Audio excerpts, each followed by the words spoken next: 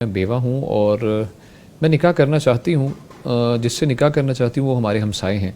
ان کے والد نے کہا ہے کہ اپنے بیٹے سے نکاح کر لو. ان کے والد صاحب نے کہا کہ میرے بیٹے سے نکاح آپ کر سکتے ہیں, لیکن یہ جو مصوفہ ہیں خاتون جو کہہ رہی ہیں کہ میرا بھائی نہیں مان رہا. اچھا, اب کیا کیا جائے؟ جی اس میں ایسا ہوتا ہے کہ جو بیوہ ہو, متعلقہ ہو, جی متعلقہ, تو اس کا اختیار کمواری کی نسبت بڑھ جاتا ہے. یعنی ایسے اس کے لیے اختیار, ہاں اپنا ذاتی اختیار, جی بالکل, ذاتی فیصلے کا اختیار بالکل, کمواری کی نسبت ان کا بڑھ جاتا ہے. حدیث واضح ہے اس حوالے سے کہ وَالسَّيِّبُ أَحَقُّ مِن وَلِيِّهَا, کہ جو سیبہ ہے بنفسها بولیہا, وہ اپنی جان کا حق اپنے ولی سے زیادہ رکھتی ہے.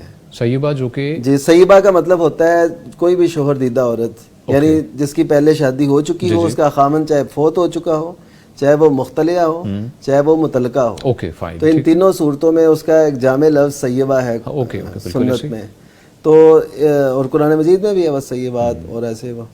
تو بہرحال یہ ہے کہ یہ جو عورت ہے اس کا حق اس کمواری کی نسبت زیادہ ہو جاتا ہے. ٹھیک ہے, اسی لیے آپ دیکھتے ہیں کہ صحابہ کرام رضی اللہ عنہم خود ایسی خواتین کو جو پہلے سے شوہر دیدہ ہوتی تھیں تو ان کے اب شوہر نہیں ہے تو ان کو پیغام بھیج دیتے تھے. اوکے جی, تو اس کا مطلب ہے کہ اگر پیغام خود خاتون کو دیا جا رہا ہے, اس کا مطلب ہے کہ اس کو اپنا کچھ نہ کچھ اختیار ہے. تو ایسے خاتون بھی چاہ رہی ہیں جبکہ وہ بھی اگلے جو ہے وہ بھی مان رہی ہیں. تو اس وجہ سے اگر یہ رکاوٹ بن رہے ہیں ان کے بھائی, اور بھائی کے پاس رہتی ہیں, ہاں جی بھائی کے پاس رہتی ہے نا, بھائی رکاوٹ بعض اوقات بنتے ہیں. ہمارے پاس ایسے مسائل آتے ہیں, بڑا دل جو ہے نا وہ کہ ہم کس معاشرے میں رہ رہے ہیں. ایسے ہی ایک سوال ہوا مجھ سے, آپ حیران ہوں گے. سوال یہ تھا کہ ہمارے بھائی ہمارا نکاح آگے نہیں کر رہے, وہ بھی کمواری ہیں. اچھا, کس لیے نہیں کر رہے؟ وہ کہتے ہیں کہ والد کی طرف سے جو جائیداد تمہیں ملی ہے پہلے یہ دستخط کرو کہ یہ ہم آپ کو کرتے ہیں, پھر ہم آگے تمہارا نکاح کریں. اب وہ بیٹھی ہیں اور وہ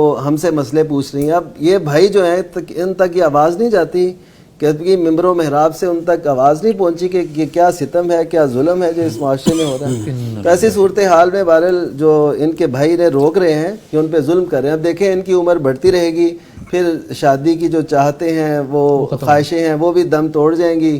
پھر یہ ایک معاشرے پہ بوجھ بن کے کبھی اس کی باتیں سنیں گی, کبھی اس کی باتیں سنیں گی, اور ایسے جئیں گی, جی کے مریں گی.